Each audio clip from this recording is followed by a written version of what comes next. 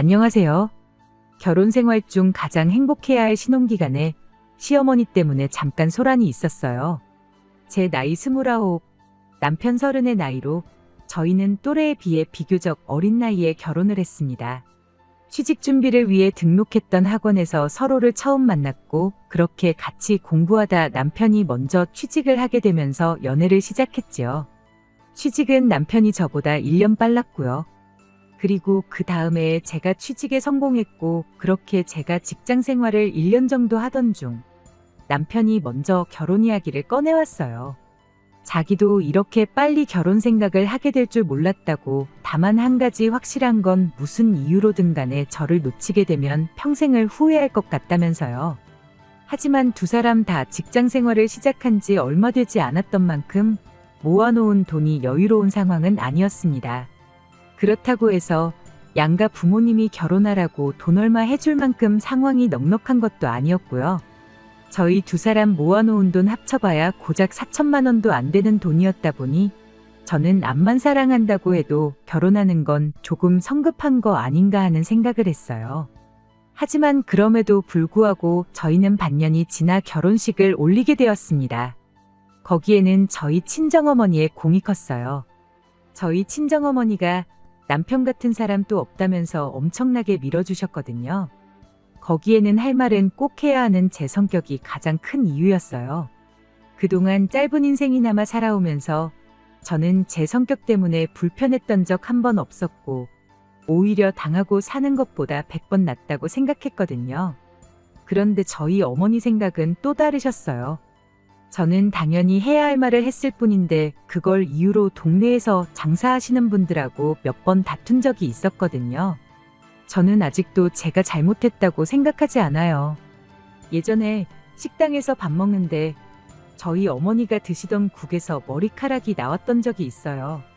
어머니는 그냥 건져내고 먹으면 되는 거 아니겠냐고 하셨는데 저는 따질 건 따져야 하는 성격이었다 보니 바로 사장님을 불렀었죠. 그런데 가게 사장님이 그냥 다음에는 신경 쓰겠다고 심심한 사과 한마디만 해줘도 그만이었을 일을 크게 만드시더라고요. 저희가 어떻게 음식이라도 공짜로 먹어보고자 일부러 머리카락을 담궜다는 식으로요. 그래서 그거 가지고 한번 대판 싸웠던 적이 있는데 그게 동네방네 소문이 나서 아주 제가 쌈딸기라고 소문이 났던 적이 있어요. 그때 아주 다른 건 몰라도 우리 딸 같은 동네 사는 사람한테는 시집 못 보내겠구나 생각을 했다십니다. 뭐 그것만이 아니더라도 저희 부모님한테도 아닌 건 확실히 아닌 것 같다 제 의견을 말하는 성격이다 보니 그게 저희 어머니 눈에는 제 성격이 괴팍해 보였을 수도 있다 생각해요. 아무튼 저는 상관없다 생각하지만 친정어머니는 이런 제 성격 때문에 제가 결혼하기 힘들 수도 있겠다는 생각을 하셨나 봐요.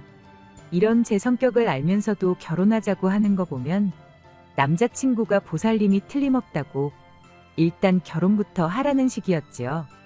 남편과 제가 죽이 잘 맞고 서로 사랑하는 이유가 가장 컸겠지만 친정어머니가 계속 이렇게 옆에서 결혼해라 결혼해라 노래를 부르시던 것도 영향이 있었는지 어느 순간 정신 차리고 보니 청첩장을 돌리고 있었고 또 정신 차려 보니 수많은 사람들 박수를 받으며 결혼식을 올리고 있었네요. 사실 결혼 전에 시어머니하고도 벌써 한바탕 할 뻔했던 적이 있었어요. 시댁에 처음으로 인사를 드리러 갔던 날이었는데 시어머니가 그때 벌써 예단 리스트를 만들어서 가지고 오셨거든요. 저희가 모아놓은 돈이 거의 없는 거나 다름이 없었다 보니 시어머니가 이미 저희들 결혼 전에 1억 5천을 해준다고 이야기가 되어 있는 상태긴 했는데 그럼 저희 집에서 얼마를 도와주겠다는 말이 나오기도 전에 예단 리스트부터 만들어 오신 거였죠. 그런데 좀 어이없는 것들이 몇 가지 적혀 있었어요. 명품 가방 같은 거야 그렇다 쳐도 시댁에서 쓰고 있는 오래된 냉장고 바꾸고 싶다고 최신 양문형 냉장고를 적어놓은 건 뭔가 싶어서 꼭 짚고 넘어가고 싶었거든요. 그래서 예단 이야기 나온 김에 예물은 얼마나 해주실 거냐, 보통 예단하고 1대1로 똑같이 간다던데 그냥 냉장고는 알아서 바꾸시는 게 어떻겠냐 따져묻고 싶었습니다. 하지만 친정어머니랑 약속했던 게 있어서 참았어요. 괜히 따박따박 말대꾸해서 좋을 거 없다고 그날은 그냥 아무 말도 하지 않고 가만히 있으라고 못을 박으셨고, 저도 그렇게 하기로 손가락까지 걸고 약속을 했던 게 있다 보니 그냥 참았어요. 그래도 다행이었던 게 다음날 남편이 느끼기에도 냉장고는 좀 아니다 싶어서 자기가 말해서 리스트에서 빼기로 했다는 소식을 전해왔다는 거예요. 남편이 엄마 편을 드는 게 아니고 중간 역할을 똑바로 해주니 참 다행이었어요. 그래서 제 나름대로 남편한테 한 가지 더 부탁을 했어요. 냉장고는 원하시는 대로 내가 내 돈을 써서라도 해올 테니 걱정 말라고, 대신 우리 집에서 신혼집 구하는데 나머지 돈을 다 해주실 것 같은데 그건 시어머니한테 그냥 대출받은 척하고 비밀로 해달라고 부탁을 했죠. 그랬던 데에는 이유가 있습니다. 이미 양가에서 본격적인 이야기가 나오기도 전인데 벌써부터 예단 목록 만들어 놓고 계신 시어머니를 보니 괜히 우리 집이 금전적으로 조금이나마 여유가 있다는 느낌을 내비추면 내비추는 대로 시어머니가 저희 집에 요구하는 게 더 늘어나지는 않을까 싶었거든요. 그러니 저희 집에서 나머지 돈을 해주는 건 비밀로 하고 양문형 냉장고 하나 사드리고 끝내는 게 오히려 더 싸게 먹히겠다는 생각이 들었을 뿐입니다. 다행히도 남편은 비밀을 잘 지켜주었어요. 그리고 저희는 그렇게 결혼 생활을 시작하게 되었습니다. 저희가 모아놓은 돈은 결혼 비용을 하고 나머지는 집에 살림살이 채우는 데 썼어요. 시어머니가 바라던 대로 시댁에 새로 냉장고도 해드렸고요. 친정에서 나머지 돈을 보태준 덕에 대출 하나 받지 않고 신혼집을 구할 수 있었습니다. 다만 시어머니는 나머지 돈은 저희가 대출을 받아 집을 구한 걸로 알고 계시게 되었죠. 시어머니의 금전적인 요구를 감당할 자신이 없어서 달리 말하자면 제가 꼼수를 부린 거나 마찬가지긴 한데 차라리 금전적인 요구를 듣는 게 나았었나 싶을 정도로 결혼하자마자 시어머니의 모진 시집살이가 시작되었습니다. 정확히 저를 괴롭히셨다기보단 제가 시댁에 얼마나 충성을 다하는지 그 모습을 보고 싶으셨던 것 같아요. 저희 집들이하기 일주일 전에 남편이 좋아하는 음식, 시동생이 좋아하는 음식, 시아버지랑 시어머니가 좋아하는 음식 각각 하나씩 해서 4가지 음식 리스트를 저한테 보내오셨어요. 집들이 음식은 그걸로 준비하라고요. 그런데 음식들이 하나같이 다 번거로운 것들 뿐이더라고요. 재료도 뭐 하나 겹치는 게 거의 없고 하는데 시간도 엄청 오래 걸리는 것들 뿐이었어요. 심지어 곁들여낼 밑반찬의 겉절이까지 준비해 놓으라고 하시는데 일단 알겠다고 대답은 했지만 아무리 생각해도 이건 좀 아니다 싶었죠. 그래서 집들이 당일날 집만 보여드리고 식사는 나가서 하기로 혼자 결정을 했습니다. 그날 해놓으라는 음식 그 어느 것 하나 준비 안 해놓은 걸 알게 된 시어머니 표정이 아직도 눈에 선하네요. 사람이 5밖에 없는데 뭐하러 번거롭게 음식을 많이 하냐고, 재료값 대충 계산해보니까 그 돈이면 그냥 소갈비 배 터지게 먹을 수 있을 것 같아서 그렇게 했다고 한마디 했죠. 시아버지도 시동생도 당연히 소갈비가 더 좋다면서 제 편을 들어줬어요. 시어머니만 혼자 기분 나쁜 티를 팍팍 내고 계셨죠.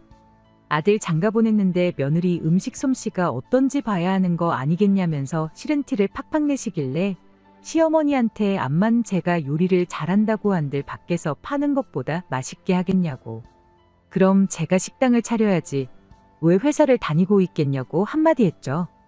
맞벌이 하니까 밥 먹는 건 걱정 마시라고, 점심은 회사 식당에서 먹으면 되고 저녁은 맛있는 거 매 끼니마다 사 먹을 만큼 번다고 한마디 하고 말았네요. 시어머니가 제 반응을 보고는 말문이 막혔는지 아무 말도 하지 못하셨어요. 옆에서 시아버지랑 시동생이 시어머니한테 아주 인자 만났다고 하면서 엄청 재밌어 하더라고요. 다행히 시아버지는 시어머니만큼 까탈스러운 분은 아니셨어요. 오히려 남편의 참을성 있는 그 성격이 아버님한테서 배웠구나 싶을 정도로 신사적인 분이셨지요. 시동생은 좀 장난기 가득한 성격인데 앞만 날고 기어봐야 내 남편 동생이지 손윗사람은 아니잖아요. 그리고 성격도 그렇게 모난 것 같지는 않아서 시동생하고는 문제 생길 일이 없겠다 싶었습니다. 그저 문제는 시어머니 한 분뿐이었어요. 그렇게 그날 집들이를 넘기고 나서 시어머니의 본격적인 잔소리와 간섭이 시작되었죠. 아마 그날 며느리인 제 태도가 마음에 들지 않았던 게 아닐까 싶었습니다.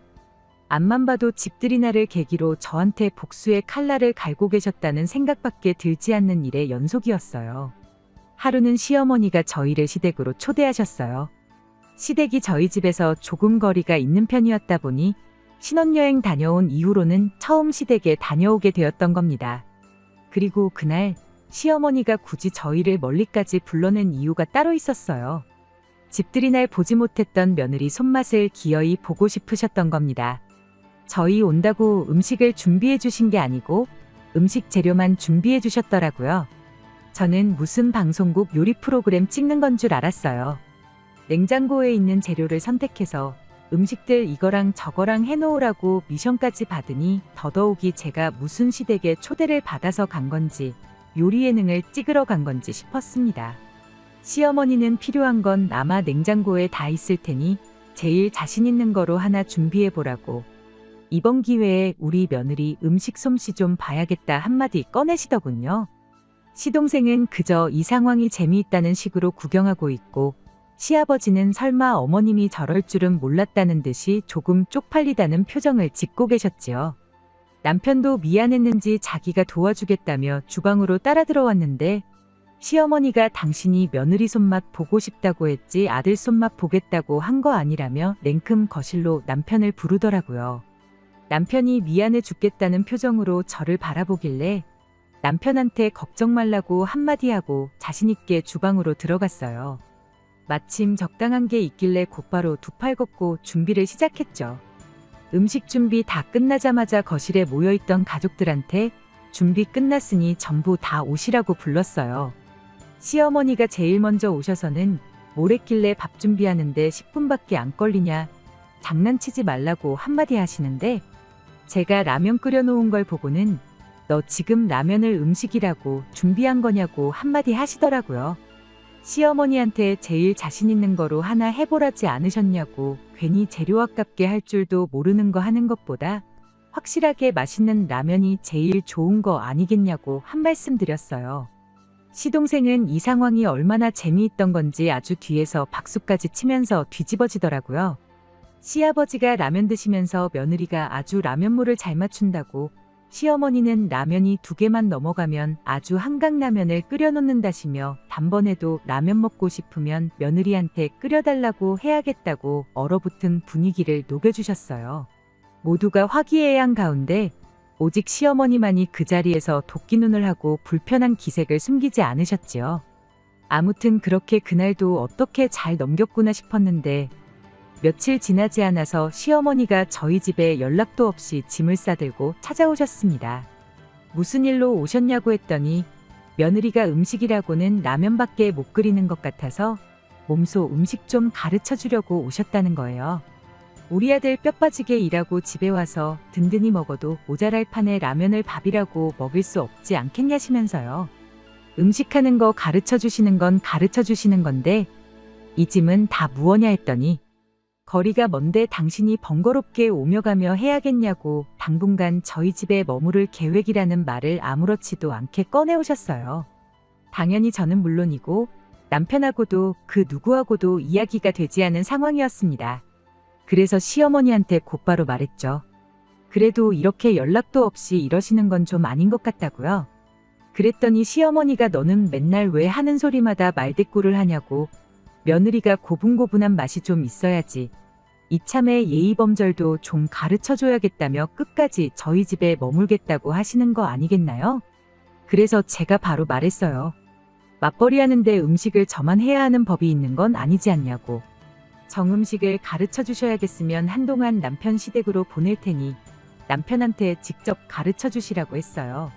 그랬더니 시어머니가 곧바로 태도를 달리하시고는 저한테 역정을 내면서 누구 보고 나가라 마냐 하는 거냐며 당신은 그럼 이 집에 지내면서 아들 챙겨줄 테니 나갈 거면 너 혼자 나가라고 소리를 고래고래 지르시더군요. 시어머니한테 이 집은 저희 집인데 왜 저만 나가야 되냐고 그건 좀 아닌 것 같다고. 정 그러면 저도 친정에 가 있을 테니 아드님 데려가셔서 음식하는 거 가르쳐 주시라고 그러면 공평하지 않냐고 한마디 했습니다. 그랬더니 시어머니가 너는 어른이 하는 말에 꼬박꼬박 말대꾸냐면서 한마디 하시고는 이 집이 왜 너네 집이냐고. 아들 살라고 내 돈으로 해준 집이니 내 집이나 마찬가지라고 한마디 하시는 겁니다. 소유권을 주장하려면 남은 대출 다 갚고 그때 말을 꺼내라고 하는 소리나 마찬가지였죠. 그때 제가 큰 실수를 했구나 싶고 후회가 몰려왔어요. 시어머니한테 친정에서 돈 해준다는 걸 숨길 게 아니라 차라리 결혼 전에 시어머니랑 싸울 땐 싸우더라도 우리 집에서도 돈을 해주니 예단 예물 이런 거 바라지도 마시라 했었어야 했구나 싶더라고요. 그러던 중 타이밍 좋게 남편이 퇴근해서 집에 돌아왔습니다. 시어머니가 집에 와 계신 것부터 시어머니 표정이 안 좋은 것까지 보고는 상황이 좋은 상황임은 아니겠구나 단번에 눈치챈 남편이 먼저 시어머니로부터 제 앞을 막아서고는 무슨 일로 오셨느냐 한마디 묻더군요. 어머님은 당연히 아들이 당신 편을 들어주겠다고 생각하셨던 건지 어른도 몰라보고 말대꾸만 하는 며느리 버르장머리를 고쳐놓으러 왔다고 강한 어조로 한마디 하셨어요. 남편은 그 말만 듣고 무슨 일인지 어떻게 아느냐며 상황 좀 제대로 이야기해달라 다시 말을 꺼냈고요. 시어머니는 몸만 덩그러니 시집온 며느리한테 인생교육 시켜주려고 그런다면서 남편 오기 전에 저랑 나눈 이야기들을 다시 한번 읊으시고는 저를 이 집에서 내쫓아버릴 생각이다 한마디 하셨어요. 그 말을 들은 남편이 알겠다고 대답을 하고는 조용히 창고에 가서 가방을 하나 꺼내오더군요. 그러더니 주섬주섬 자기 짐을 챙기기 시작했어요. 시어머니가 그런 남편의 행동을 보더니 얘를 내쫓는다고 했는데 왜 네가 짐을 싸냐며 한마디 하셨고요.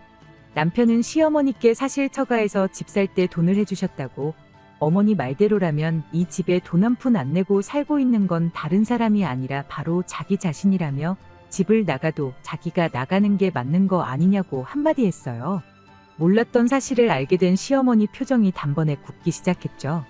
그리고 그 순간을 놓치지 않고 제가 한마디 꺼냈습니다.